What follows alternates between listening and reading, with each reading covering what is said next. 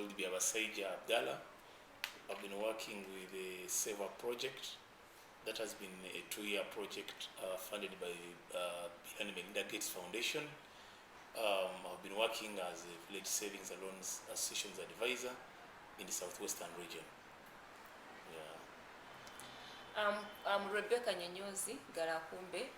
I've been working with CARE for the last 8 years. My recent work, I've been a project manager for the Save Up project, which is funded by Bill Gates, and currently I'm the manager for the SCORE project in CARE International. And can you tell us a little bit about what the SCORE project is and what it will be doing? Yeah, SCORE project is a comprehensive and I would say integrated project.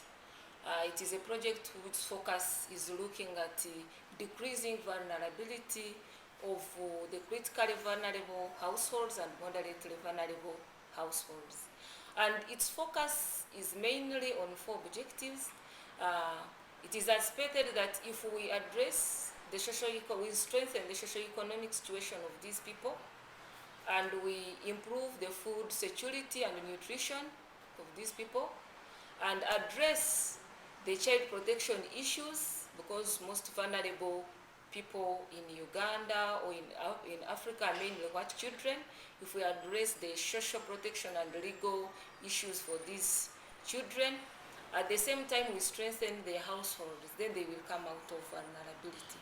So the project addresses those 4 objectives which I've mentioned, like ways of interventions. If I look into maybe the way CARE does its work, that is the pathway. We believe that if we look, we strengthen them socio-economically, then, and they have food, they have legal protection, the children get the rights they deserve, and their families are strong and well established, then they will jump out of vulnerability, and they will join the category of people which CARE normally works with economically, who are the active poor. So that is SCORE. And the SCORE here, it is not CARE International doing it alone in Uganda. We are doing it through a consortium of 4 agencies, which is a VC. We have another local organization, it's called TPO. I'll give you the full name later. Then we have FHI, and in this consortium, each of the lead agencies is focusing on a particular technical area. For CARE International, we are looking at objective number 1. We are lead in socio-economic strengthening of vulnerable households. That is our lead area. That is where all the consortium members are looking up to CARE, and the USAID is trusting us to make sure that we achieve that one. The second one, which is food protection, food security and nutrition, and the family strengthening, the 4th objective, those ones are led by a VC, which is even the prime agency in the consortium. Then the third one, which is about child protection and legal support, that one is led by TPO. So we are doing this in the consortium, and the way we are doing it, we are assigned, I would say, like CARE has its own geographical area in terms of districts. These are 8 districts for CARE International, but the entire consortium is working in 35 districts. So you find that each organization is assigned to implement all the 4 objectives, irrespective of whether you are the lead or not. So internal as CARE, we are building our capacity to see that at least we implement a socio-economic strengthening, we do food security and nutrition, we do child protection and legal support, and we do family strengthening. But we keep on receiving technical support and guidance from other technical leads in the consortium. Abdullah, do you want to talk for a minute just about what that opportunity means for CARE Uganda to be building capacity in all of those areas, and what you think that means for the future?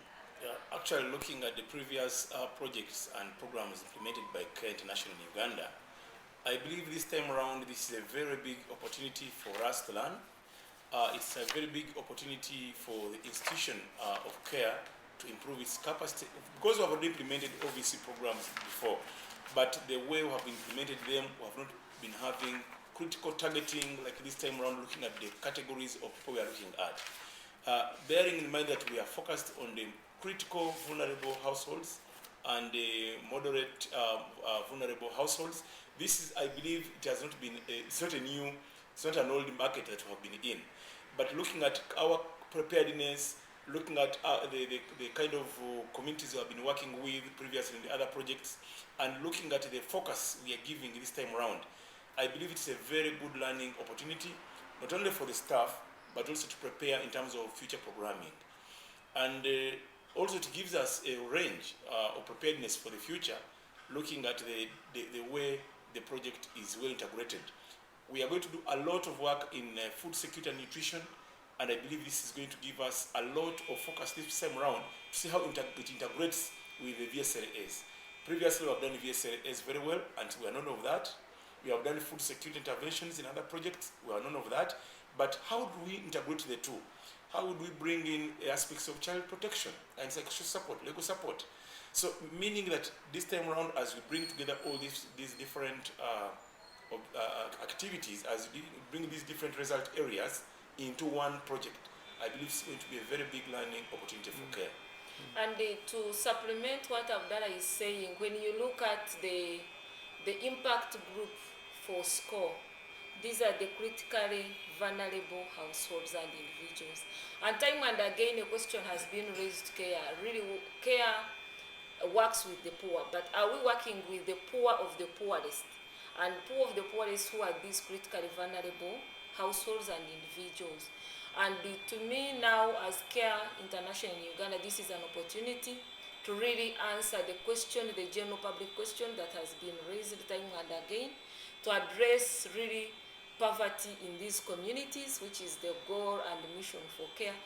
Really to see that, yeah, we are working with this impact group, much as we have the bigger target group, which is the active poor, but we really lift the standards of these critically vulnerable to a level at which CARE can really continue with its programming. And to me, it is a learning, because genuinely, we've not done it in economic empowerment, we've not done it.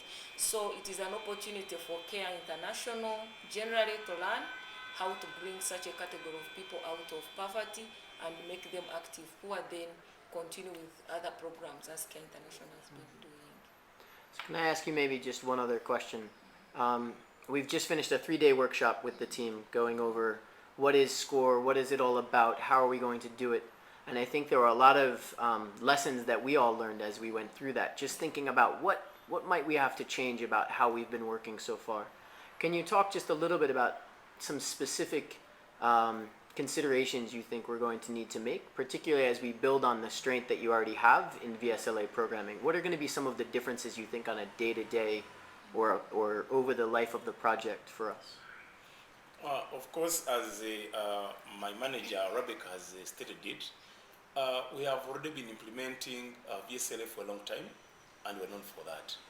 But the way we have been implementing it, there's been no direct targeting specific to the kind of category, the target group we are looking at this time, or the impact group, the critical poor. So of course there's going to be a lot of learning, and probably we may not implement it the way we have been doing it, by virtue of the fact that we have to be so much tailored towards ensuring that these critical vulnerable, whom everybody, including the VSLAs, probably would shun, how do we have to ensure these people really come on board? And how do we have to track these people until we see them graduate? So I believe this is going to be a critical area that might not be the same, but this which is going to be a very good area for learning and probably for sharing with others in the future. Rebecca, can you talk just for a minute maybe about some of the conversations and I think a bit of the light bulb that we had while we were working over the last couple of days about this incubation period and idea and how that might be something kind of different or unique for you? Okay, thank you, Christian. Here I would add on what Abdallah has just said. Of course, the uniqueness that will come in, which is part of the incubation, is the community approach. The way we've been approaching the community mobilizing VSLAs automatically will change.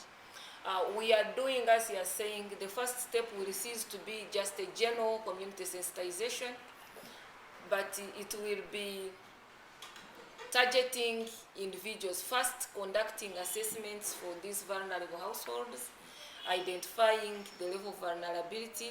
The moment they qualify, then we conduct the needs assessment, really to see what do they really need. So if we find that they need financial service automatically, as we already said, we won't subject them to VSLA immediately.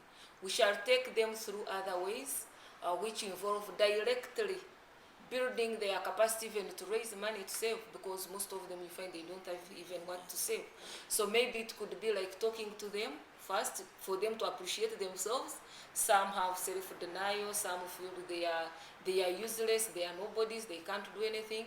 Then community dialogue, really to see that the community appreciates who they are. In terms of if they come up with a VSLA, yes, they allow them even to come in and participate, because some of them are looked at as they are marginalized, they are rejects, they are not, I would say they are not considered human beings. So we need to do that, to have dialogue with communities, them to appreciate that these are people like them. Given an opportunity, they can come out of the situation they are in, and even these critical vulnerable households to appreciate that they have value, they have capacities, they have abilities to move into a different situation like these others whom they admire. And we anticipate that we can do this through sharing. We can expose them to people in the, who were once in their similar situation, but through different interactions, through different initiatives, like what SCORE is taking, they came out of that. And these could be like exchange visits. We can invite people to come in and talk to them earlier, from even if in the nearby communities. And we can even, another thing we think we shall even build their skills, the socio-economic skills, for them to start off. Their skills which they have, much as they are critically vulnerable. If I take like females, you will find that they maybe traditionally they used to do maths, but currently they can't make maths simply because they don't have, they are not given an opportunity, or they are not reminded that when you make a math, it is something economic. You can raise money and look like the other person. So our task at that time, during what we've called through the 3 days, we've called it incubation period. They are in incubation, they are like these eggs. We are waiting to see them hatch into a real chick and it runs. So these eggs, who are the critical vulnerable people, we shall make sure that we create critical linkages for them in terms of what we shall discover after the needs assessment. And those are some of them: building their skills, appreciating themselves, community appreciation, then exposing them to general important information, so that they cease to look at themselves as neglected, but they attach value to themselves, and we believe that is its first internal appreciation that motivates a person to move from the situation they are in to the next one. Anything to add? Yeah, I think it's really a good project, and bearing in mind that this time around we shall not be focusing on a community, but we are focusing on an individual in a household. I think really it's going to be a very good learning opportunity for everybody, and looking at the approach with the strategic linkages, critical linkages, as Rabika is saying, I believe there is a potential for these people to see them move. It's going to be very interesting to see them move from self-denial, from where they themselves, when even you call a village meeting, they can't come. Meaning that even if you went there for a community mobilization, they will never show up. But seeing them now, finding them in their localities, and seeing them move up to the level of inclusiveness, I believe it's going to be a very good opportunity for these communities.